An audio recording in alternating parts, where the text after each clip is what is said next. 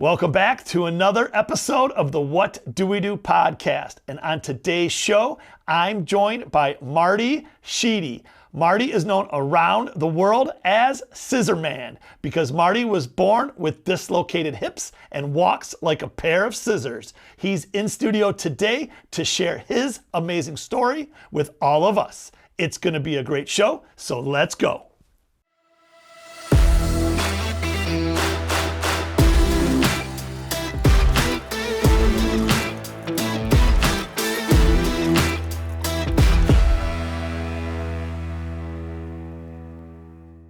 Welcome back to another episode of the What Do We Do podcast. I'm your host, Dewey Stefan, and this is season 4, episode 5, number 90. And it's another guest episode, and that's where we bring on a leader in the community who has a story to tell, knowledge to share, and advice to give. And then we have them come on into the studio to drop some knowledge and give their story and share it with all of us. And today's guest is an amazing man in so many ways. He's an inspiration and to millions of people around the world. He's known as Scissor Man, and he's the one, the only Marty Sheedy. Marty, thanks for being here. Thank you so much. It's such a great honor to be here. I'm excited and I'm happy to be met and connected, and it's great to be able to continue to share my story. Well, it's going to be an awesome hour, and I already know, Marty, that time is going to fly by, okay? And again, instead of starting slow and building up to who you are now and what's going on, we're going to get right on into it, okay? So you were born with several conditions, but rather than me get into it, I'm going to have you tell the story, and I, as you know, like to not call them diseases. I don't like to call them, anything more than just uniqueness. We all have our challenges. So, Marty, why don't you tell our audience today what it is that makes you so unique? When I was born, my mom didn't know fully what conditions I had. They knew there was something wrong, but they didn't know what. And my mom continued to had the birth, even though they said, oh, well, maybe not. And then I was born, and they took me right away, and I was misdiagnosed with a condition called Walden-Hoffman's disease. And Walden-Hoffman's disease is a condition where they told my mom and dad I wouldn't live past the age of 2, and if I did, my body functions would slowly start to deteriorate. So that was a big shock to my parents. But they got the right diagnoses, and it was called Arthrogryposis and Prune Belly Syndrome. So Arthrogryposis is the condition of the joints and the muscles, and it affects everyone completely differently. So I had club hands when I was born. My feet were turned in and like a golf club. My joke is I can play golf with my feet. And I actually got to do that, which was fun. And then I had scoliosis.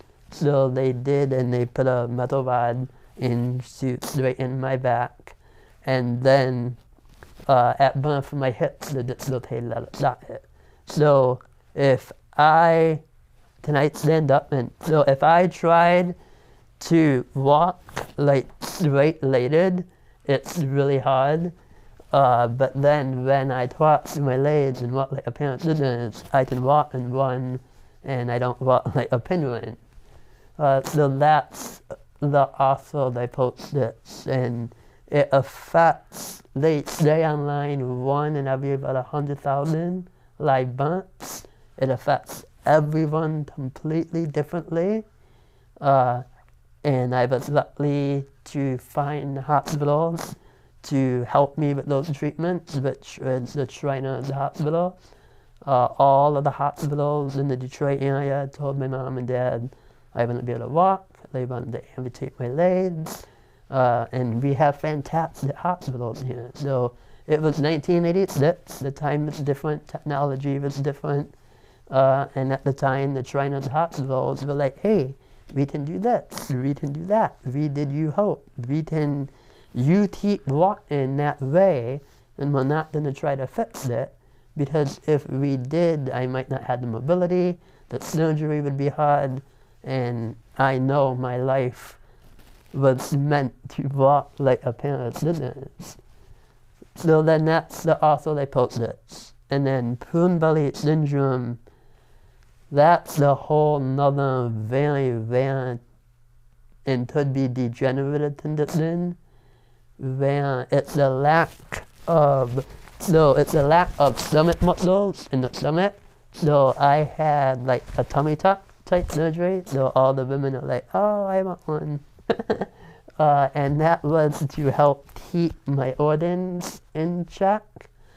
And then people have numerous urology issues, numerous different conditions related to prune belly, and I had just a minor surgery and was able to be okay with that, and then that my kidney was affected later down the road. And they do say a lot of people that have prune belly syndrome, it ends up ultimately affecting the kidney functions, and that's where you'll have to have ultimately dialysis and then ultimately a transplant. Is that right? Yeah. Yeah, and what we're going to do today, Marty, and you don't know this, but you're going to help with this. I decided that for this podcast, we would like to, again, give shout outs to those organizations that are helpful, that do either go above and beyond or just are able to see a problem and solve it. And so doing some research on your situation, talking to your family, talking to your friends, talking to you. Again, it sounds like Shriners really stepped up and really made a difference in your life and your family's life. And the reason I bring that up is because Shriners is an internationally known hospital network, right? But the closest one's in Chicago, Illinois to us. We're in Metro Detroit. It sounds like that you and your family found a home at Shriners. And so maybe let's talk about Shriners a little bit and what they did for you, because I know it's important. And the reason I'll skip ahead, as a youth, growing up, you kept going back and were part of the Shriners family. And then after you were 18, and I think even to this day, you're an ambassador for Shriners. And we'll get into that a little bit later. But maybe just talk a few minutes about how Shriners works, because I think a lot of families in Metro Detroit or in cities that don't have Shriners, you might want to check it out if there's a situation that scares you. So Shriners hospitals. So a little bit just a quick backstory. You have to be a Freemason to become a Shriner. So at Shriners Hospital Chicago, they did all of my orthopedic surgeries and everything to orthopedically. So when I was younger, I seen the guys with the red funny fez hats, and I'm like, you know what? I know this is the reason why the hospitals are running. I want to be one to the back. Because my whole life, even when I was younger, I wanted to raise awareness. I wanted to let people know about these things. So part of my journey in the beginning, after high school, was joining the Shriners. And Shriners hospitals are a system of 22 hospitals. There's one in Mexico City and one in Montreal. And they treat children with orthopedic, burns, and cleft lip conditions for free of charge. They now accept medical insurance if the family has it, but it's not necessary. And they just started doing that maybe 10 years ago, just because of expenses and costs. But that, we feel, is one of the main reasons why they are able to do other things and have other research, is because they had no red tape for so many years to just do the research in whatever plate is needed or whatever equipment. It's like, here, we're going to treat the child with all the resources that they have, with no cost to the family.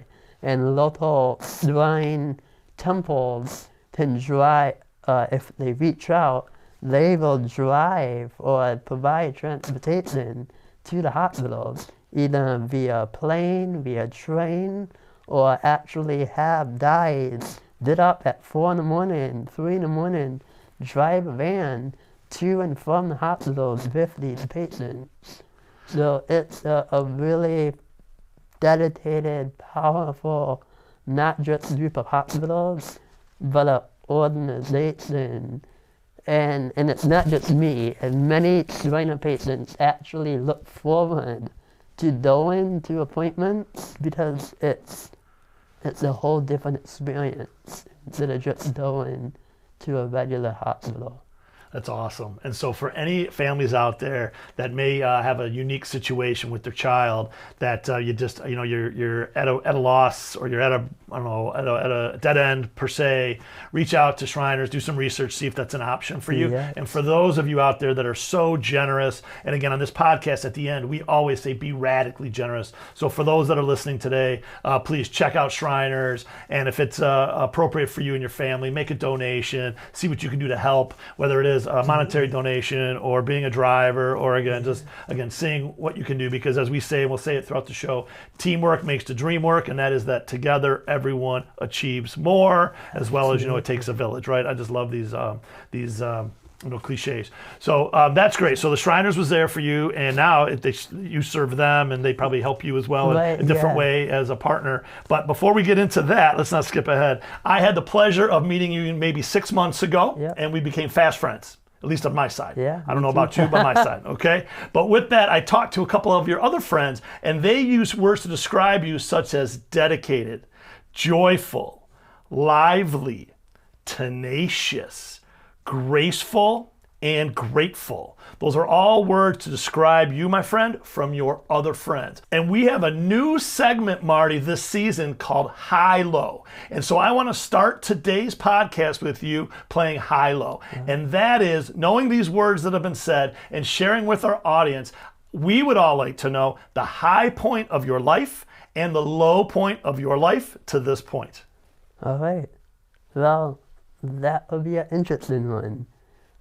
Most of the time, people know me as positive, always outgoing, and we're all human, so I'll share my low points.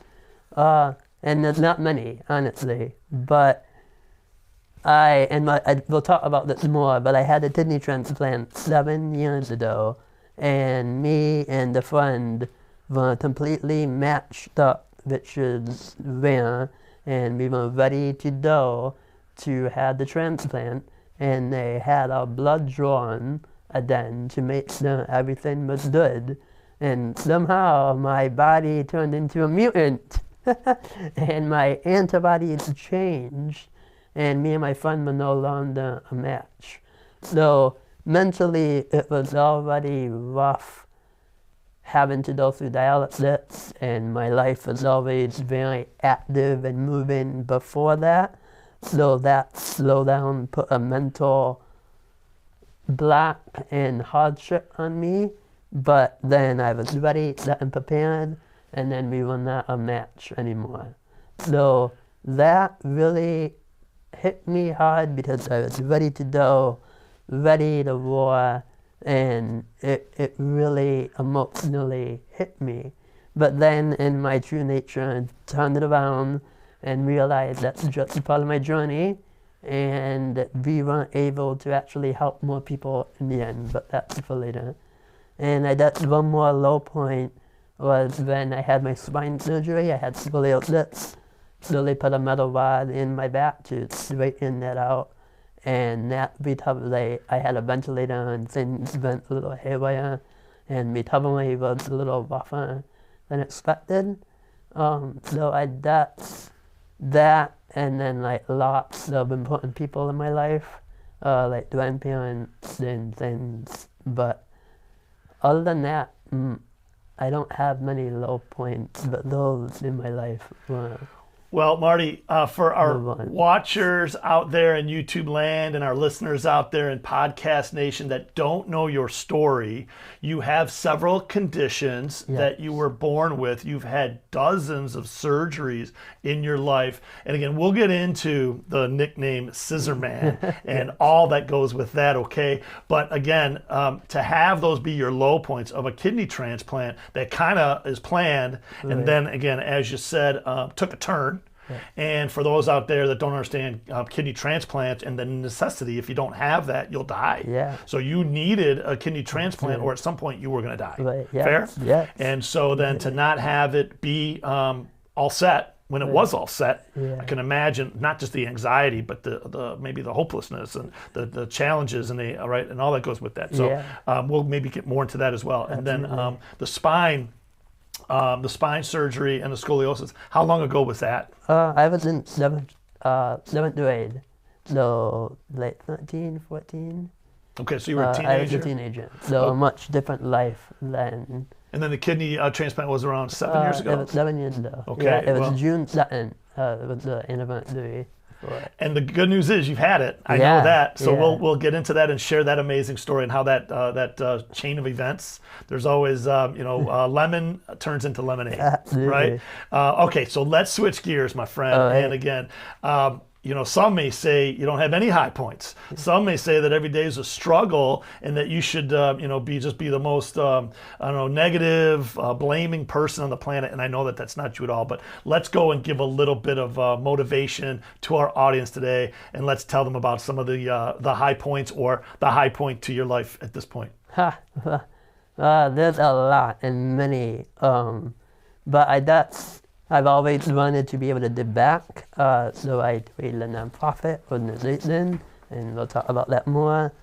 My high point of life, it's just life itself. Every day is a new adventure. Every day I uncover more.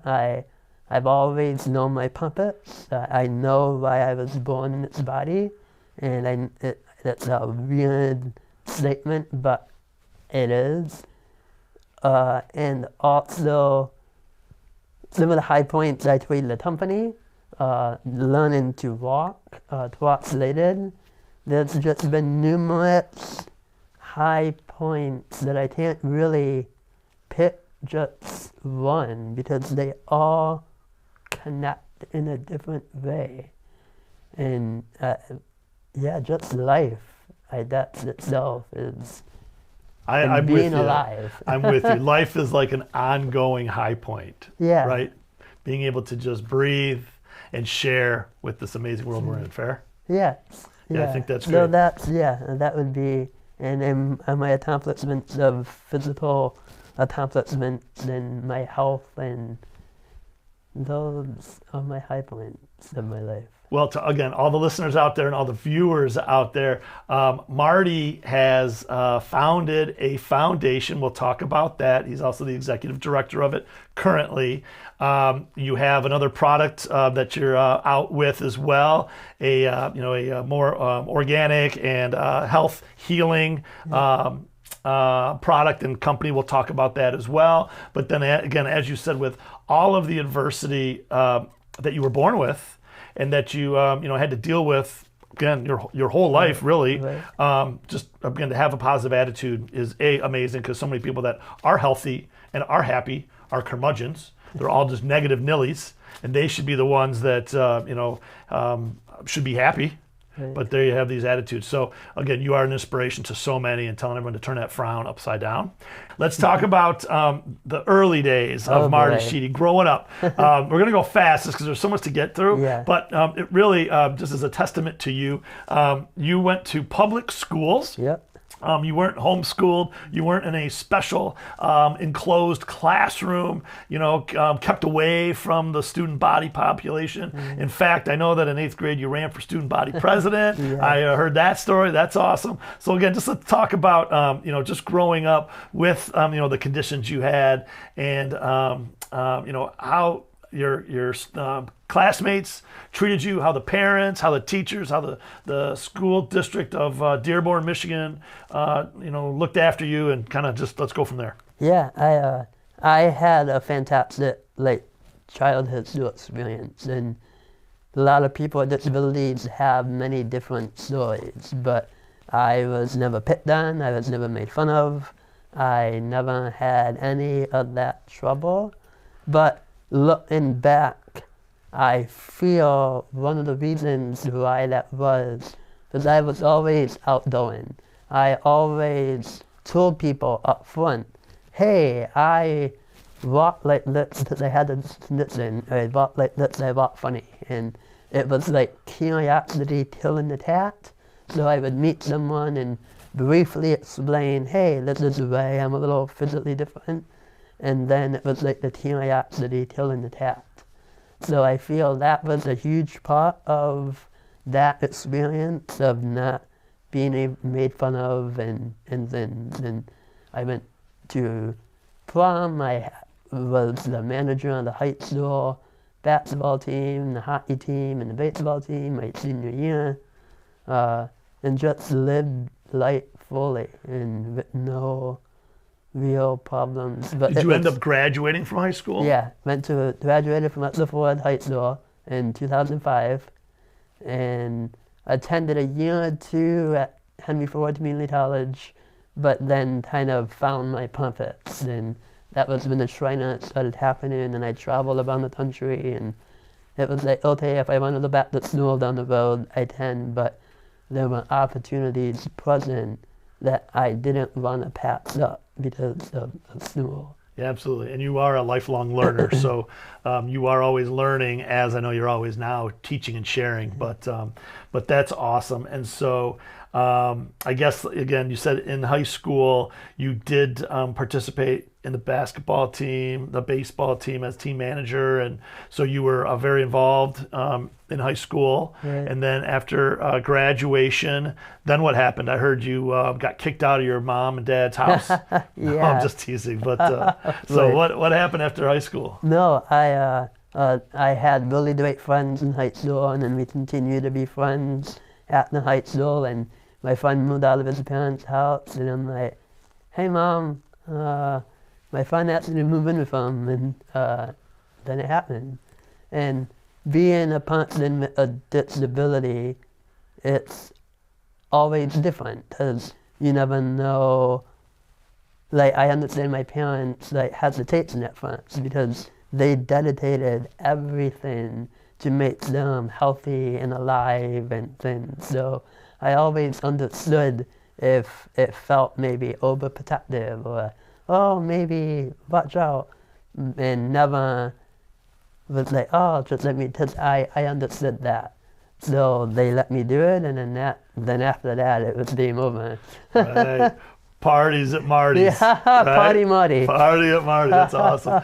And so then after you moved out and were kind of getting more and more independent and on your own, when did the Shriners kick back in, or what did you kind of do? What was your next purpose after high school? So right after high school, I joined the when you're 18, you need to join the Freemasons. And you have to become a Freemason to become a Shriner. What does Freemasons mean? It's a fraternal organization of a network of around the world. It's not the Illuminati. It's not anybody that's taking over the world. It's just a group of people that support different organizations and help people in the community and things of that nature. So that's the first step of becoming a Shriner. And a Shriner is the group of people and organization that run and support hospitals. And when I was 18, I'm like, okay, I'm going to do it. And then when at I believe my graduation party, we had at the Masonic Lodge that I became a Mason in, and they gave me a Masonic ring, and then they also paid for my registration fee to become a Shriner. So then at 19, I joined the Shrine, and I jumped right in. Because that was something I was and still am very passionate about. And I started giving speeches to raise awareness about my condition, about the hospitals, and just overall sharing the story. And that led me to plates. And then at one point, the director of development at Shriners Hospital was like, hey, I want you to come. I see this website at the time, it was martysheedy.com, with AOL, it was an AOL hometown page with a counter, a video that I did on a little camera, and it was great. And that, he'd seen that and was like, hey, you should really create a nonprofit to help expand things. So that was kind of how the journey started with the trainers, being able to help people. I always knew my purpose to help people, and it's just been time and time unfolding and meeting the right friends and people into my life to help keep creating. Well, and that's actually how we met, Marty, right? We happen to be both fans of Kid Rock, Yeah. but even more so, or maybe equal so, to his legendary DJ Paradigm, Yes. Freddie Beauregard, who I think we both consider a dear friend. Absolutely. And so they were having a concert stop this summer, right? Yeah. And so I was there supporting Freddie and Bob Ritchie, a.k.a. Kid Rock. And you were there as well, right? We didn't know each other, but we turns out have many mutual friends. Right. And so you were there that night as an ambassador for the Shriners. Yeah. I think you had My your hat hat on, on, yeah. right? And I'm like, who is that guy over there? Look at him. He's the star of the show. And so you were there, I think, fundraising as well, Yeah. right? So maybe talk about what you do when you go on concert tour stops or just other, activities. Yeah, so it was, I believe, it's been over 10 years now that Bob or Kid Rock chose Shriners Hospital as the charity of choice for the cancer. And I'm like, wow, that's huge and amazing thing. So they, at the time, it was 10 concerts that he was doing. And I went to the front one, and the potentate at the time asked me to hold the guitar on stage. And I'm like, yeah, that would be amazing, I'll do that. And my crazy, funny mind, as we're walking, I did intuitive voices, so to say, not crazy voices, but hey, do the ask that. And something inside was like, hey, ask them if you can take the microphone and hype up the crowd first. And I'm like, hey, is there any way I can say what's up Detroit? And they both looked at me like, okay, let's try it. So we did it the first time, and I was like, what's up Detroit? And I'm like, I can't hear you, what's up Detroit? And the whole crowd went like, yeah. And the energy was really powerful. And they started selling a lot of CDs. And they looked at me like, wow. And it was after that, they were on stage 3 times a night. He's like, can you do that again? And at the end of the night, he's like, can you come and do all the shows? And it was like a dream come true. I'm like, absolutely. And I did all 10 shows. And then at the end, I knew Bob's team and his brother and people around him. So Bob's brother, Billy, invited me, say, hey, you have to meet Bob. You didn't meet him yet. So he brought me back, and I quickly thanked them for what he did for the trainers, briefly explained my condition. And I looked at him, and I go, yeah, I'm kind of like you. You'll never meet another mother quite like me. And everyone, he jumped back, and he's like, I want my picture with you. I want my picture with you. And from that point out, the friendship started, and we've been friends ever since. So the trainers began the friendship, but then it was outside of that it just lasted.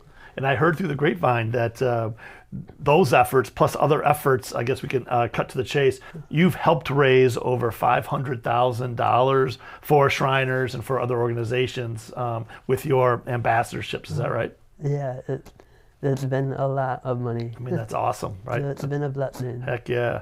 All right, I'm going to give another story along those same lines. I'm going to let you tell it, but have you ever heard of the Caju Cafe? Yeah. And I'm going to say before we get into it that let's give a shout out to the Caju Cafe. And we have a friend that is part owner there, and we encourage all of our friends to go and check out the Caju Cafe if you are ever in Metro Detroit. It's a great place. But tell us your Caju Cafe story. Oh man, so yeah, it was my mom's 40th birthday, and my grandpa took us there for dinner. And I've always been a huge Red Wing fan since the child, and my dad, and we're eating dinner, and my dad looks over and like, hey, I know that person. He's on TV, and then he finally hits. Like, that's the Detroit Red Wings that's in coach. So we did up, and we introduced ourselves, and he wrote on a napkin an autograph, and they just came back from Twitch Draper's wedding in Canada at the time. And it was a great experience, great guy, and then me and my dad ended up going and playing feather bowling. At Caju Cafe, they have a feather bowling. I don't know if they still have it, but it's like a dirt pit for people that don't know, where you roll this round disc, and you either try to do it as close to the feather or on top of the feather. So me and my dad were just messing around playing the pit, and Dave Lewis walks in, and he goes, "Hey, I'll play you. If you beat me, I'll invite you into the locker room." I'm like, "Oh, okay, that's really cool." And I think maybe 9, 10. And he's like, "We'll do it like the playoffs, that's out of 3 or 4. And we're playing, and in the final round, the final war, the angels and the universe and everyone was with me died because I roll it, and the round disc literally falls on top of the feather. Like a perfect shot. It was the perfect shot on top of the feather, and we're all like, whoa. So he was like, "You can't tell the media you beat me." I told him no. Sorry, Dave, no. And then he invited me into the locker room. He wrote a letter. It was mailed to the house with our pictures. And then it was an amazing experience because I was able to build a lot of friendships and relationships at a young age with a lot of the Red Wing players.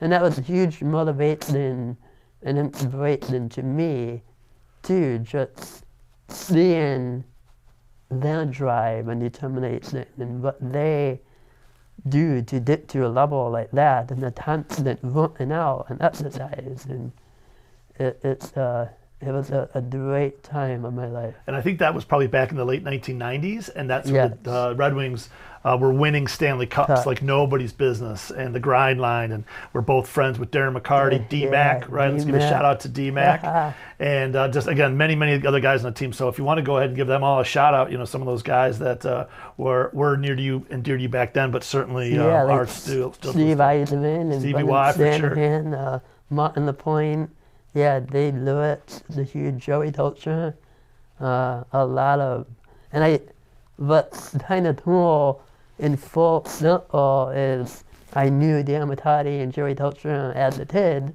and now as an adult, like friendships, and I can reach out to Darren whenever, and he's there for help, and he's helped with a fundraiser, and I was at Joe Tolcher's event, and now it's just a blessing how the friendships keep continuing and evolving in different ways. Yeah, over I the see years. that with you and your life and in many other people that I spend time with, that you start just with a very casual conversation, and next thing you know, you're supporting the same causes and doing Yeah. the same thing. So it is a blessing, and it's just amazing how, how things come together. You know what I mean? Yeah.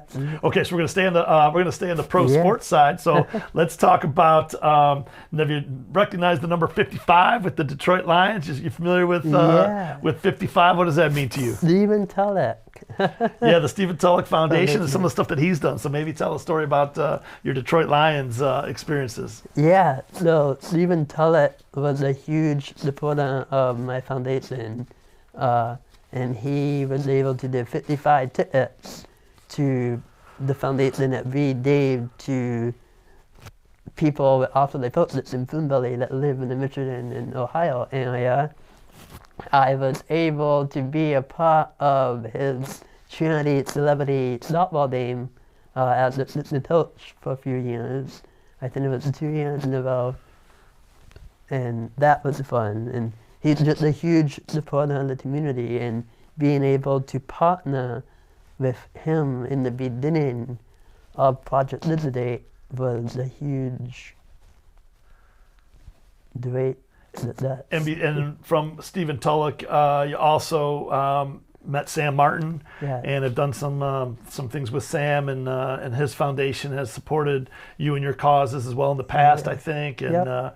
so I think there's just a lot of greatness that's come from your foundation. So maybe it's a good time to talk about your foundation.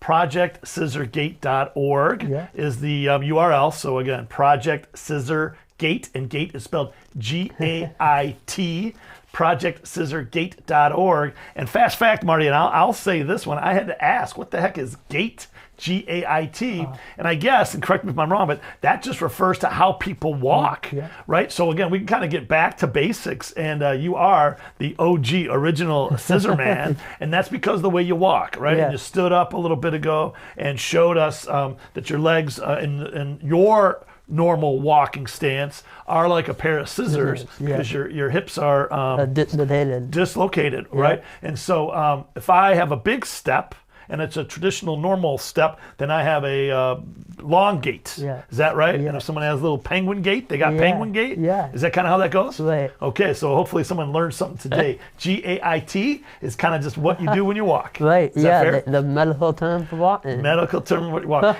And then this podcast, hopefully, if we get it done in time, and I think we will come out in November of 2023. So if it comes out November 2023, I believe that's a very significant month for your foundation. So maybe let's talk about that for a second. Yeah, yeah. This year will be 10 years since the Project Liquidate was founded, on November 11th, and I put bid into alternative healing, energy burnt. So 11 is a powerful number. I hit the button on 11/11, then I released it. And yeah, so 10 years ago, Project Liquidate Foundation was born. So time out, two things. So we'll have to do a check-in on the 11th year, since that is such a yeah. magical number, right? We'll do that. This is 10, That but would be- 11, and the reason I bring that up is because 11 is also my number, Marty.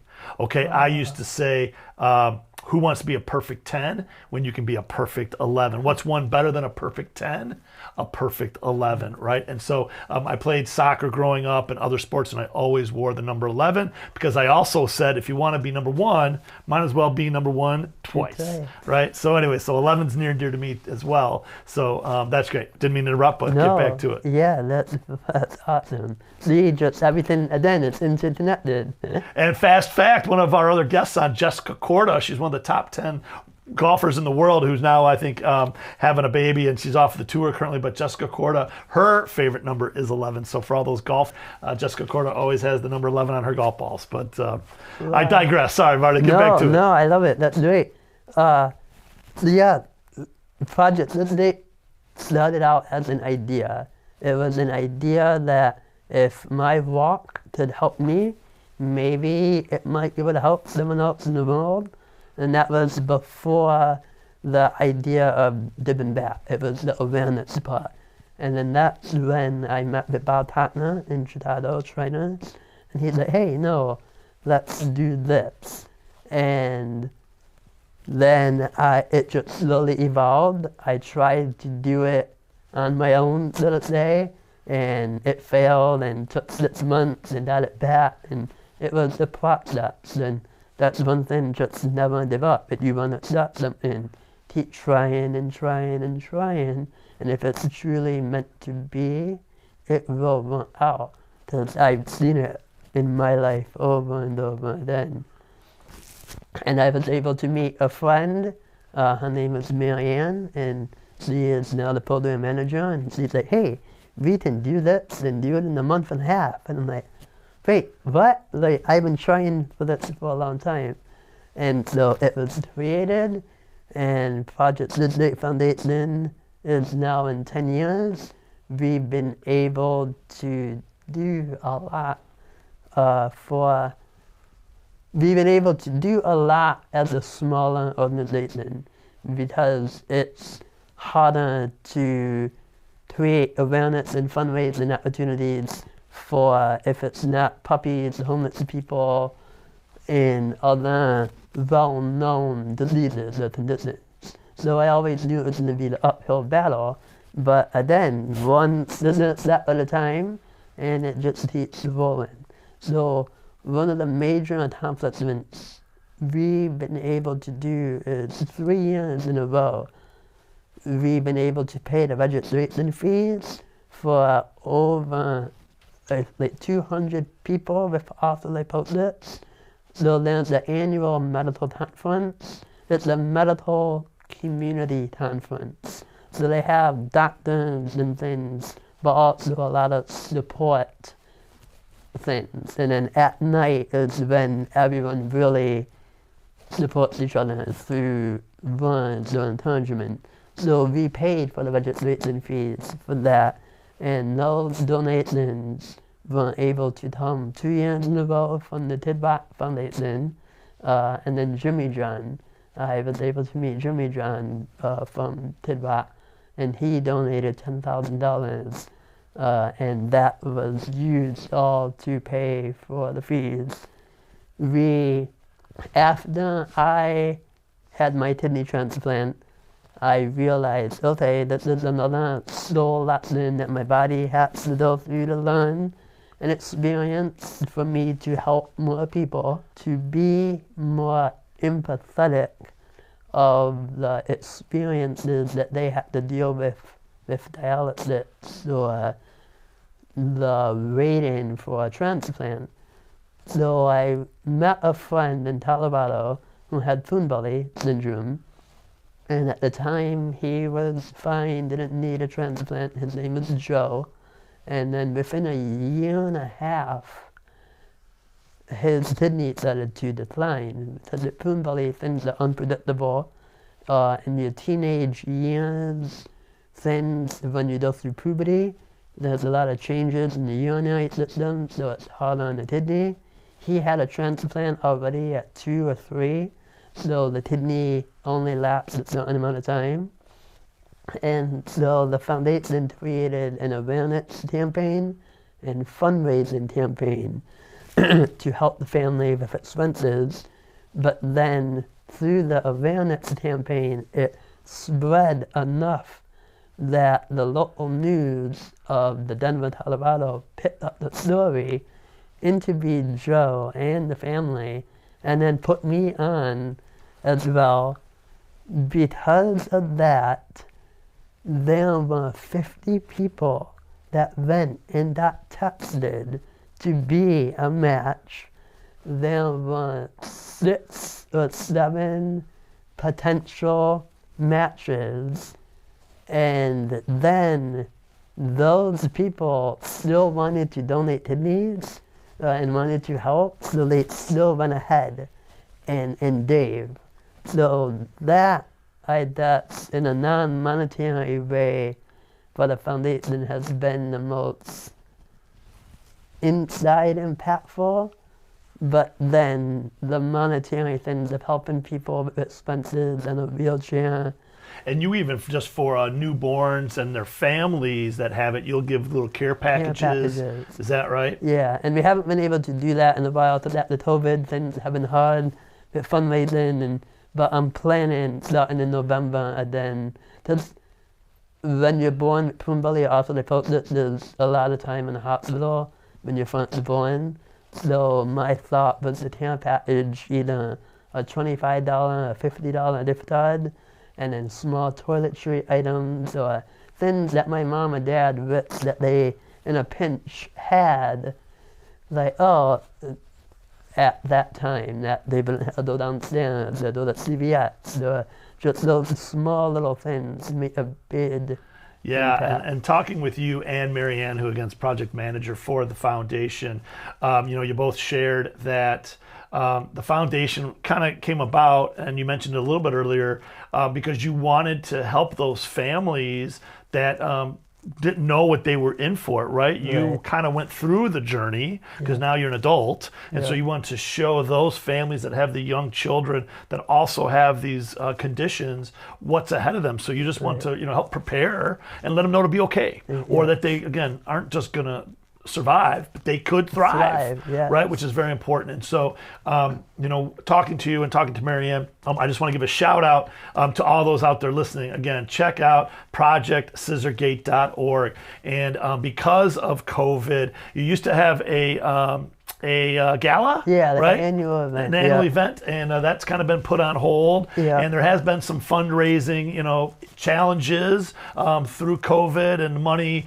Things cost more. There's this thing called inflation, and the financial side of things, we talk about inflation. And again, I've also, been made aware from you and from Marianne about, some of the larger nonprofits out there haven't really been able to been networked with or tapped into for different reasons. Maybe you're too small of a foundation, or maybe, like you said, it's not directly on point with where they give. And so I'm just going to encourage anyone out there, no matter how small or how large your foundation is, to check out projectscissorgate.org. Reach out to Marty and Marianne and the rest of their team and see if we can get some funds raised and keep your mission moving along. Okay. Absolutely. Okay, we're going to pivot now to my favorite part of the show, Marty. And this part of the show is, instead of it being called What Do We Do, we're going to pivot and call it What Marty Do. Okay, and this is a time where I'd ask you, what would you go back and tell your 18-year-old self, or tell all those other 18-year-olds out there today what they can do to live their best life? All right. Well, that's a hard one, and I thought about it. But just go out, and no matter if you have a dream, don't stop at it no matter what, because you might have roadblock after roadblock after roadblock, but some of those roadblocks might be the lessons that you have to overcome to then gain that knowledge and that strength or whatever had to be to then move forward, because I would consider them or feel like them as life lessons. So if you have a goal or a dream, that you just keep going one step at a time, like that. That's awesome. And if you can't understand from listening out there, podcast world, or watching YouTube Nation, Marty is just an uplifting spirit. Everything is all smiles and always go get it. Like you said, don't let anything hold you back or nothing knock you down. If it does, get back up, dust it off, and keep moving forward. And you're just such an amazing inspiration. Absolutely. And I'm just me being me, doing what I'm supposed to be doing, fulfilling my purpose. Yeah, and that's what we've talked about before, is again, you're fulfilling your purpose. You have a purpose here, and you, I believe, want to maximize every single minute of every single day. And that's a great segue. So with what you just said about living your best life, talk about what you're doing now. You have the alphaomegahealing.com. That's the website, and that's some of this stuff right here. So talk about, again, your next adventure, which is the alphaomegahealing.com and everything else in your wellness journey. Yeah, so it's really exciting. I've always been interested in alternative healing. Has been a huge part of my life since a child. My grandma taught me a lot about it in the beginning, and I just kept rolling with it. And actually during high school, I actually came up with this recipe, like the original beginning recipe.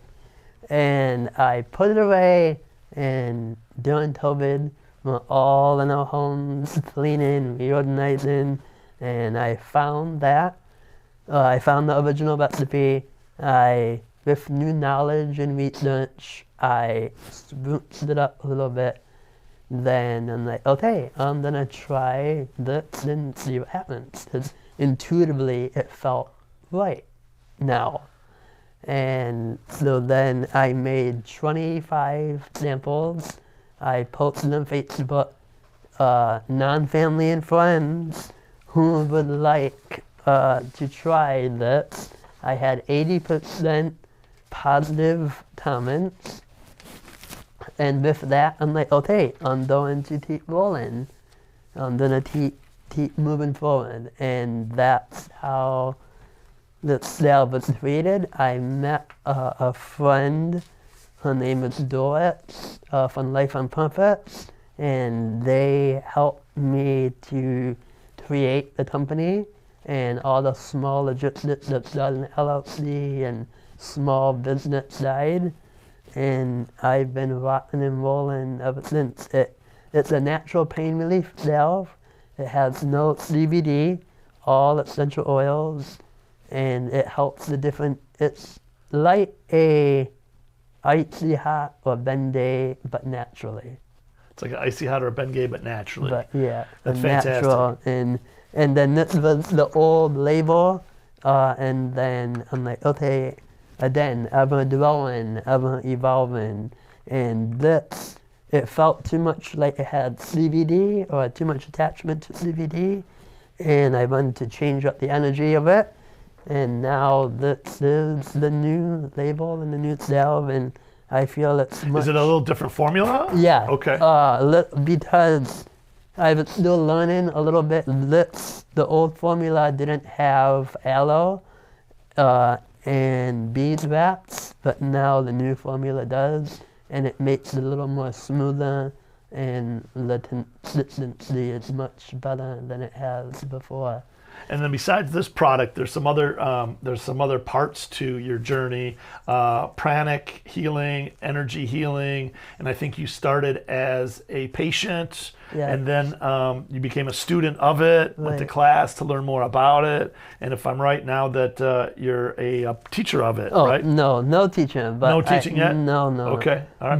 Maybe that's next. Teaching at like maybe individually, but not on a class level. But I'd share a lot of it, but as an official teacher, maybe down the road. Okay, maybe that's what's next. Heck yeah, for Marty Sheedy. What else with it? Yeah, so talk about just again, your thoughts.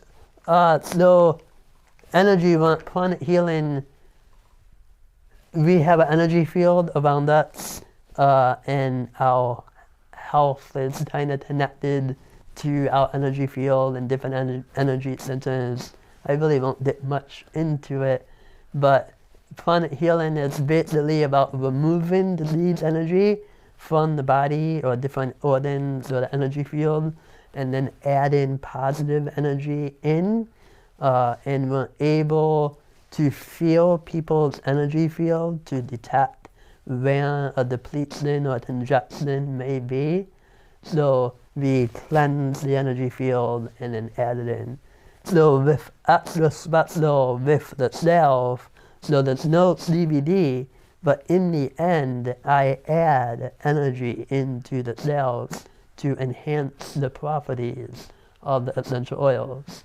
Because all the essential oils have a unique energy and property as well, but then when you energize them, it can enhance those properties. Well, for the longest time, they've talked about Western medicine and how there's too many chemicals, it's too unnatural here in the West, right? And the procedures, the innovations in technology and medicine, certainly, again, we don't want to, talk negatively about it.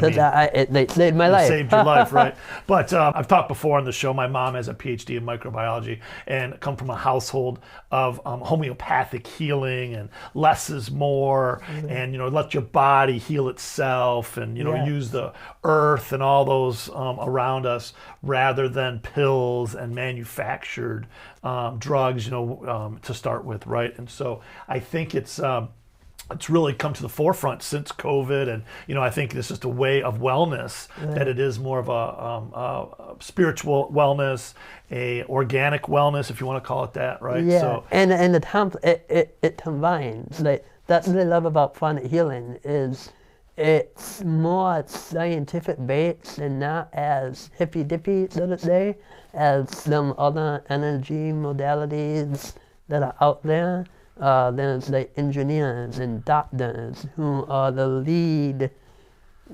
lead teachers, so let's say, of this modality. So it's like Reiki, but a different advancement of teaching the knowledge now with quantum physics and those things that we are learning. And it's cool to, in the next 10 years, I really feel that we will have more energy healers in hospitals in combining these treatments, because we as healers, we're not healing people. Like you said, the body heals itself. So through food and nutrition, it removes those blockages inside, and then with the energy, it removes those blockages, and then it all combines for full healing. So it's not like, oh yeah, don't just stop whatever you're doing, combine it, and it will be much more effective. Combine it. Yeah, that might be a great way to say it, instead of replace it, a compliment. Yeah. Be a compliment, right?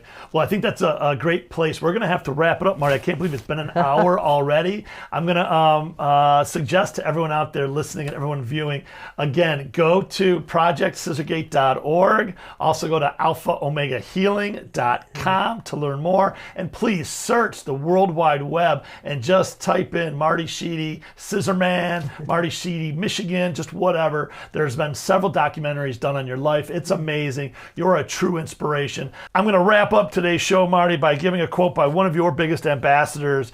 And it goes like this: he is the mission. Marty has a goal to let others with his conditions know that they cannot just survive, but thrive. He is the conductor of the train.